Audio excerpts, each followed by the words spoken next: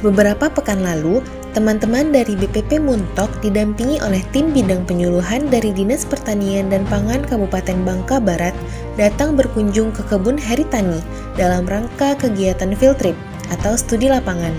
Perjalanan ke kebun Haritani milik Pak Heriadi memakan waktu kurang lebih 2 jam dengan jarak tempuh sekitar 116 km dari Kecamatan Muntok yang tepatnya berada di Desa Tanjung Niur, Kecamatan Tempilang, Kabupaten Bangka Barat. Pak Heriadi atau yang lebih akrab kita panggil dengan sebutan Pak Chow ini merupakan penyuluh pertanian yang bertugas di Desa Simpang Yul, Kecamatan Tempilang, juga sekaligus petani yang berhasil dalam melakukan budidaya tanaman, khususnya pada komunitas hortikultura. Di kebun Haritani ini dibudidayakan beberapa komoditas hortikultura seperti alpukat, jambu kristal, terong, pepaya, dan lain sebagainya.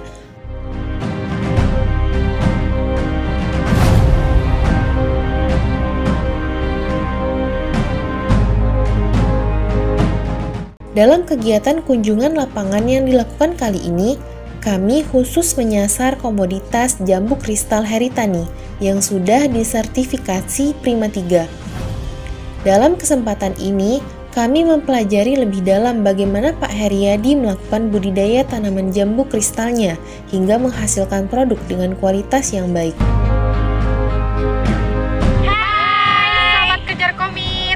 Kembali lagi bersama kami, tim Kejar Komit dalam acara field trip ke kebun Bang Haritani Chow di Tanjung Niur, Tempilang. Ikutin terus perjalanan kami ya.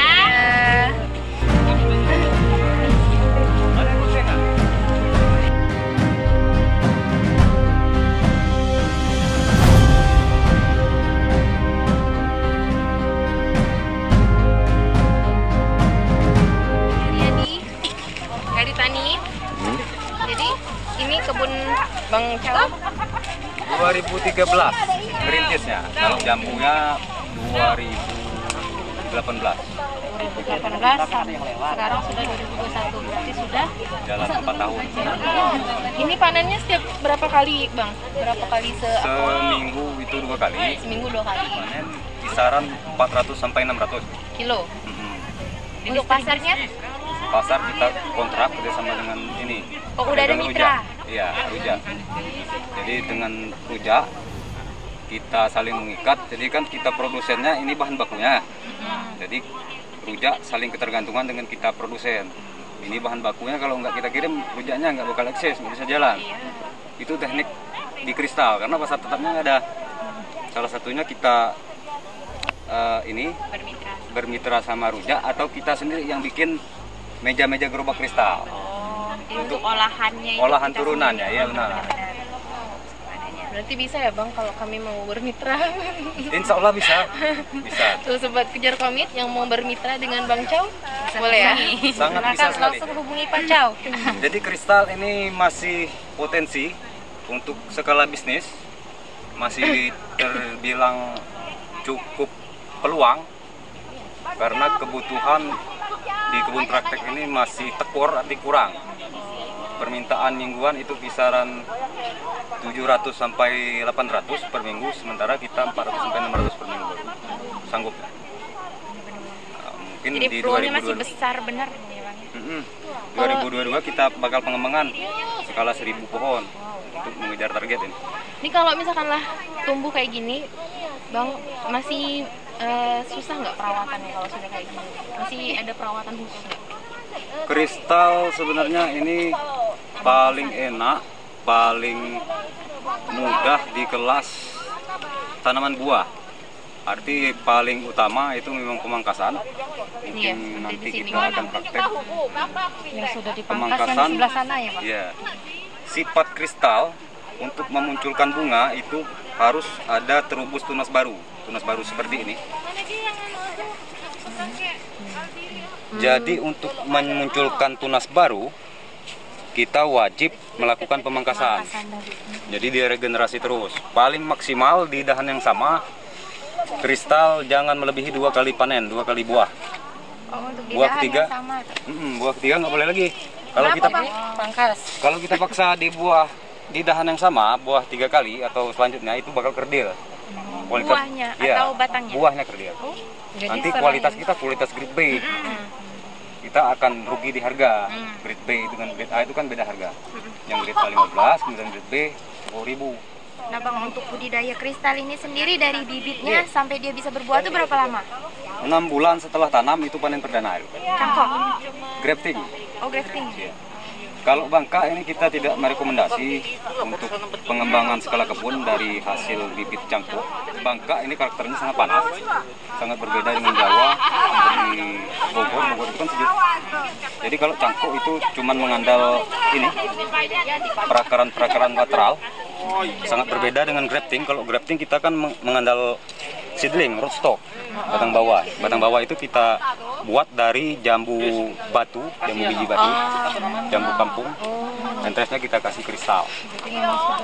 Wah. Jadi ini grafting ya, Bang? Grafting. Jadi ini pertautan graftingnya sangat kelihatan. Ini ya. Ya, pertautan grafting. Semuanya grafting itu yang sudah usia 4 tahunan lebih. Ini grafting sendiri atau beli bibit jadi gitu, Bang? Produksi sendiri ya? Oh, produksi sendiri. Pohon induknya ini dari mana? Awalnya kita ada 2 jenis. Nanti kalau kawan-kawan melihat, ada yang jenis memang bulatnya simetris, kemudian ada yang agak ini seperti beleberan buah tomat. Jadi saya lupa yang dari mana, yang awalnya itu dari Batu, Kota Batu sama Metro Lampung. Nah ini kan agak beleber ini.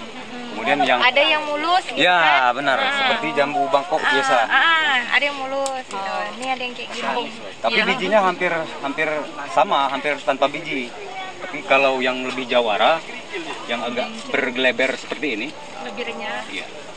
Kadang dia hampir nggak ada, bahkan 0. Bolong. Bijinya. Iya. Tapi saya nggak tahu itu sumbernya memang dari Batu apa dari Metro itu. Induknya awal dua pohon, tabu lampot juga gitu di rumah. Sekarang sudah abang perbanyak ratusan ribu ya. Produksi bibit. Karena kan dari grafting kita cuma butuh ini 1 atau 2 buku. Coba bayangkan untuk memperoleh ribuan itu sangat gampang kan? Iya, seperti ini. Nah untuk di kebun ini sendiri total jambu kristalnya ada berapa, Bang? Yang ini yang blok kita berdiri sekarang ini ada 280. Kemudian yang usia 11 bulan itu ada 165. Kemudian yang tanam 17 Agustus sekarang Desember berarti 5 bulan. Agustus ke Desember itu ada 40-an. Jadi totalnya sekitar 500-an. Dari 6 bulan? 6 bulan sudah panen perdana kita. Dari tanam bener? Iya, dari start hari setelah tanam istilahnya kan. Bang, ini bibitnya bisa dibeli dia, Bang? Insya Allah kalau persediaan ada tetap kita keluarkan. Tapi kita ini lebih, kalau di kebun praktek ini kita lebih mengutamakan ke petani mitra. Adanya memang petani yang memang mau kita bina, kemudian insya Allah panennya memang kita tampung. Tapi tentunya harus mengikuti SOP yang sudah direkomendasi oleh kebun praktek ini. Seperti itu. Karena seperti ini, Dek. Meskipun bibitnya berkualitas, bibitnya sekelas raja, ketika kita perlakukan seperti tadi, dia tidak akan menghasilkan kualitas seperti raja. Demikian seperti itu. Dalam kuliah singkatnya, Pak Heriadi menjelaskan tentang pengaruh 3 jenis pemangkasan jambu kristal terhadap kualitas dan kuantitas hasil panen. Salah satu faktor penentu panen jambu kristal adalah perlakuan pemangkasan. Adapun tujuan dari pemangkasan pada jambu kristal adalah 1. Untuk membentuk tajuk tanaman, 2. Untuk mengurangi serangan hama penyakit, 3. Untuk mengatur ketinggian, 4. Untuk meregenerasi percabangan dan merangsang tunas baru, 5. Untuk memaksimalkan pemanfaatan fotosintat yang dihasilkan tanaman.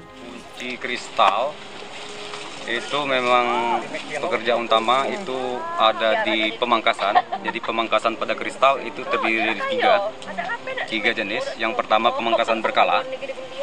Jadi pemangkasan berkala itu biasanya pekerja ibu-ibu yang bungkus buah ini. Tahu ini. Jadi ini yang nama pemangkasan berkala. Setiap tunas yang tumbuh di atas buah yang bakal nanti dibungkus itu harus kita potong atau dipotel seperti ini. Buang. Ya. Jadi tujuannya ini nutrisi yang ke sini. Jadi nggak bakal terangkat lagi ke sini. Dia akan mentok di sini dan turun ke pembesaran buah. Seperti itu.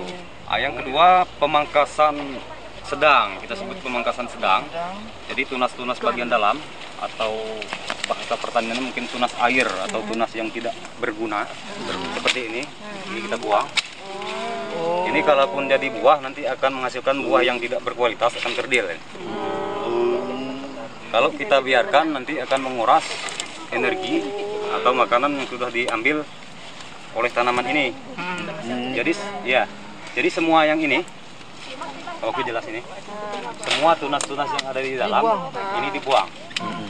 Inilah yang kita namakan pemangkasan sedang. Ini masih kategori sedang. Selain untuk memaksimalkan nutrisi, kita juga akan memaksimalkan ini pemanfaatan sinar matahari. Kemudian disut dulu yang hasil pemangkasan berat. Jadi ini sudah sangat ekstrim sekali, gondrong. Ini hasilnya. Oke, sangat jelas. Nampak sekali dari rimbun menjadi ramping. Hampir seperti ranting-ranting yang sudah hampir mati.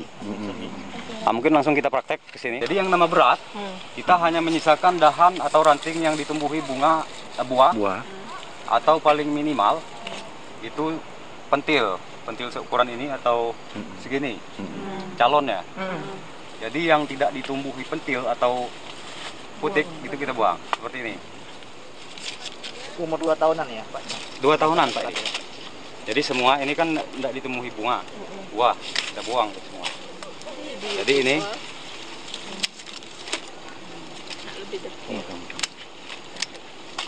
ini juga kristal nggak boleh 2 susun ya. Ini 1 susun, ini 2 susun. Kita harus pilih yang terbaik. Jadi dibuang. Buang. Nah.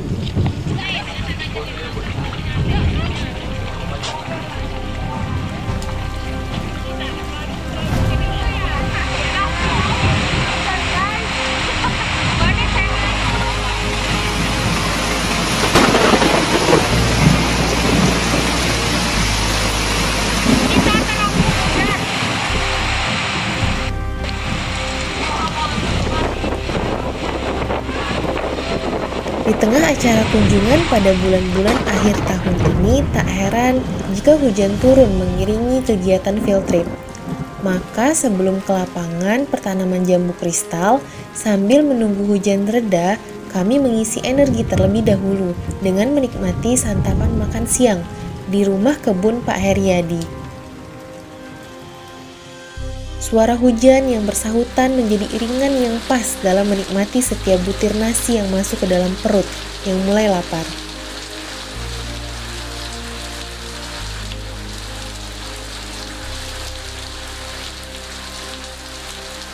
Setelah makan bersama, kami sempat mendengar kuliah singkat dari Pak Heriadi mengenai perlakuan budidaya pada jambu kristalnya.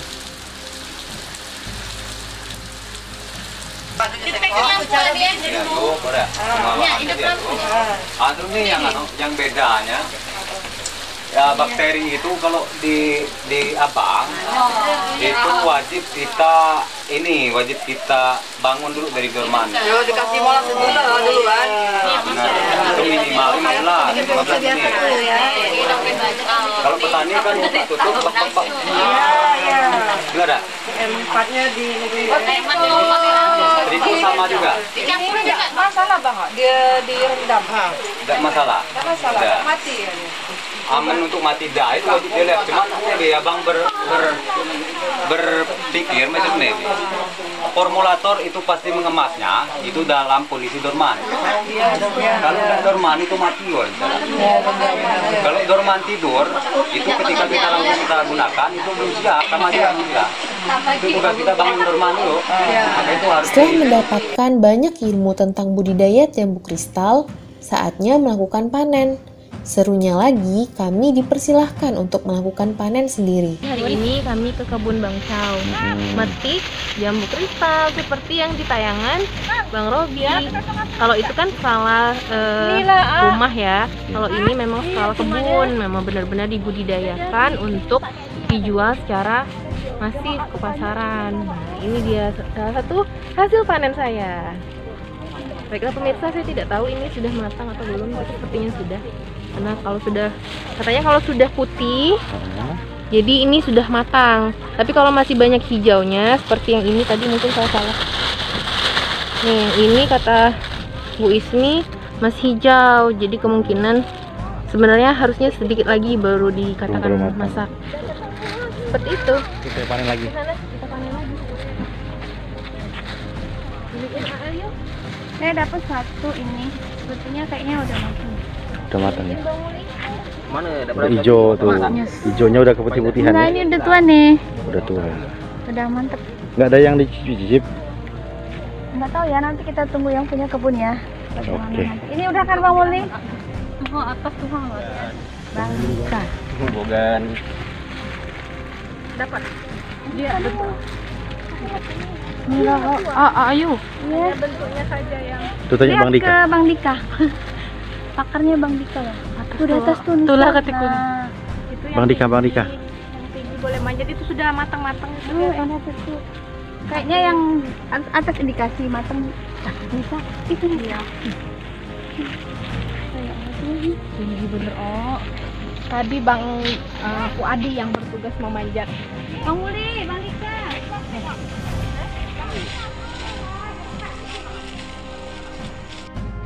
Betapa senangnya bisa berkunjung ke kebun Haritani Tempilang. Setelah melihat pertanaman yang hijau pada hamparan kebun yang tertata indah, pikiran kembali segar. Otak terisi penuh dengan informasi baru yang sangat bermanfaat dan dapat diaplikasikan sewaktu-waktu. Selain itu, hasil panen jambu kristal dengan kualitas terbaik yang dipetik sendiri menjadi oleh-oleh yang sangat membahagiakan untuk dibawa pulang dan dinikmati bersama keluarga. Saat sebelum pulang pun masih diberikan oleh-oleh lain berupa bibit tanaman jambu kristal yang dapat langsung ditanam di pekarangan rumah, agar dapat pula langsung menerapkan ilmu yang sudah didapat hari ini. Demikianlah rangkaian acara kunjungan lapangan ini dilaksanakan. Semoga kegiatan semacam ini dapat sering dilakukan, agar dapat meningkatkan pengalaman, pengetahuan, serta minat dan semangat para penyuluh pertanian lapangan demi mendukung tugas pokok dan fungsi penyuluh pertanian. Semoga ilmu yang sudah dibagikan Pak Heriadi Chow menjadi amal jariah yang bermanfaat, dan semoga Haritani Tempilang semakin sukses dalam melakukan usaha pertaniannya, sehingga semakin banyak menginspirasi penyuluh maupun petani yang ada di Kabupaten Bangka Barat. Untuk para penonton setia akun Kejar Komit, terima kasih sudah menyaksikan tayangan ini hingga akhir. Semoga tayangan video blog hari ini dapat memberikan banyak manfaat, baik berupa informasi baru maupun inspirasi baru bagi Anda semua. Mari bersama-sama kita tingkatkan semangat bekerja dan berkarya demi terwujudnya pertanian maju, mandiri, dan modern. Penyuluh pertanian. Maju, mandiri, modern. Terima kasih ya udah ngikutin perjalanan kita hari ini. Tetap tonton terus Kejar Komit. Jangan lupa like dan subscribe. Dadah.